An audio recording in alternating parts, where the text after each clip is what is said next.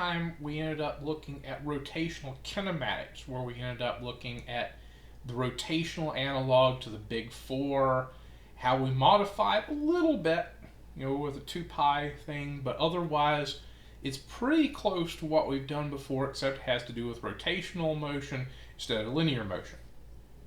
So now we want to look at the analog to Newton's second law, and we'll look at that in a few different parts because it takes it's a little bit intricate, but once we have it, we'll be able to do a lot of stuff with it. So the rotational analog to Newton's second law will, by the analogy we had in the last set, will be the sum of your torques will equal your moment of inertia times your angular acceleration. So we need to look at what those two new things are, and that's what we'll explore in this session. Then we'll end up using it in the next one, and then expand from there. The first thing we're going to look at is moment of inertia. And so in order to understand how a moment of inertia works, imagine we've got a small object that is moving in a circle. It may or may not be at constant speed, but whenever it's at some location in that circle, again, we'll have the radius as being how far it is. It'll have a mass. So we want to think about what its kinetic energy is. This kinetic energy we'll come back to later, but this is where we can get moment of inertia the easiest. So your kinetic energy is always going to be 1/2 mv squared. Right? So as long as it's a small object, then there's nothing else to it. So it is 1/2 mv squared. But because it is moving in rotational motion, then it also should be 1/2 the moment of inertia of that small object, a distance r away, times the square of the angular velocity. Again, by the analogy, remember that mass corresponds to moment of inertia, speed corresponds to angular speed. So when we set those two equal to each other, remember the definition of angular velocity effectively is your speed divided by your radius. So rearrange that and square it. We get speed squared is r squared omega squared. So set the two kinetic energies equal. We get my moment of inertia is the mass times the square of the radius. So this works as long as the mass is small. And what I mean by smallness is that the largest geometric size of the object needs to be very small compared to the distance to the center of rotation. So as long as that's true, we can always use mr squared. The reason we can't generally use mr squared is if we have something more like this, that it will be true if I take each little chunk of mass times the square of its radius, and we added all those up, we end up having my moment of inertia. But this r is different from that r. This r is different from that r, right? So that the r squared part will be different for different pieces of the mass. Now, the way that you can end up finding this explicitly would be calculus, and we don't have calculus available in this course. So in order to be able to compute it for objects that are not small at a fixed distance from the center, we end up having basically pre-integrated ones for you. And I included a moment of inertia table in the notes that went with this that preceded this introduction. So I'll have you to refer to those as we end up going through things for a good chunk of the rest of the semester, because if it is all mr squared, then there's not a whole lot more to do.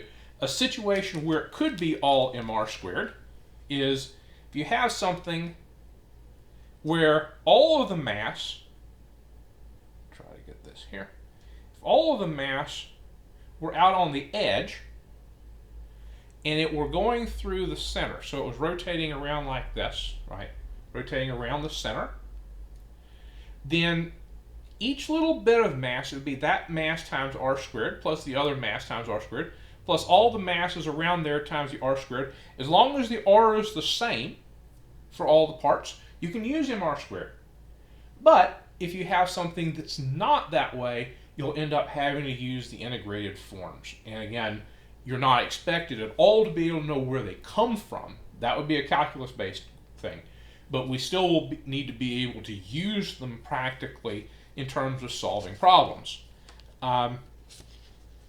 So some qualitative aspects of it, though, is whenever you do have something that would be disc-shaped, this could include if it's a thick disc, so if it's like say a stack of CDs, that type of shape, a cylinder around the center of mass, around the center axis, then it will end up being 1/2 mr squared.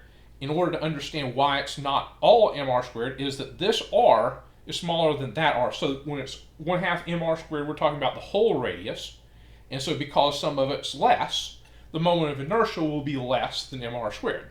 And the factor of 1/2 is not necessarily obvious, but you should be able to see that it's packed in toward the center that way. That if you have something that is cylindrical in shape around its center of mass, that it will end up having a larger value than if you had a sphere around the center of mass. Because if you compare the shape, if you've got a cylinder out here, that the top and bottom part have parts that are the whole radius away, whereas if it's a sphere, then the top part is closer, the bottom part's closer, so you have more of the mass packed toward the center. And the more of the mass that's packed toward the center, the lower the moment of inertia will be. As another example of this, so for a solid sphere that's uniform, it's 2/5 mr squared. Again, you're not expected to know where that number comes from, but again, it is in your table.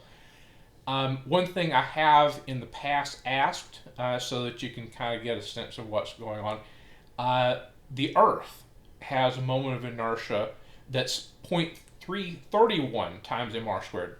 0.331 is less than 2/5.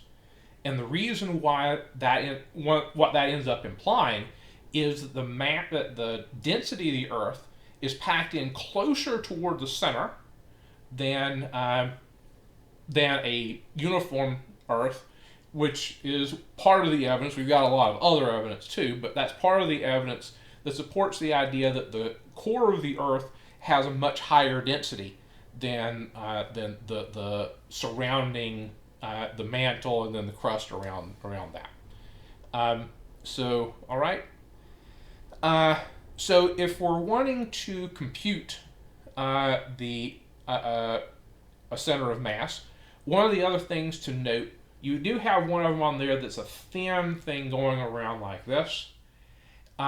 If you have something that's thick and uniform, it goes around like this too, that still will be the same formula. It's still 1/3 mr squared if it's around here. If it's like this, so it's spinning around like that, it would end up being 1/12 m times this L squared. Again, according to look at the table we have.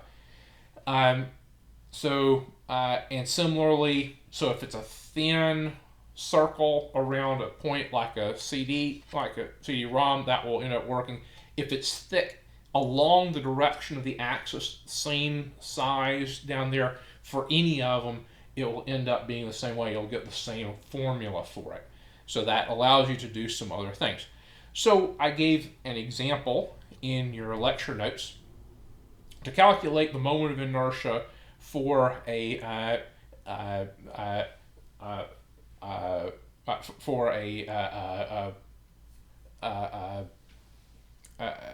revolving door. So if you got a revolving door, so it spins around like this, that you'll end up having, in this case, we've got a 4-panel one, which is the common situation. So you end up having your panel here, panel on the backside, panel on the backside over here.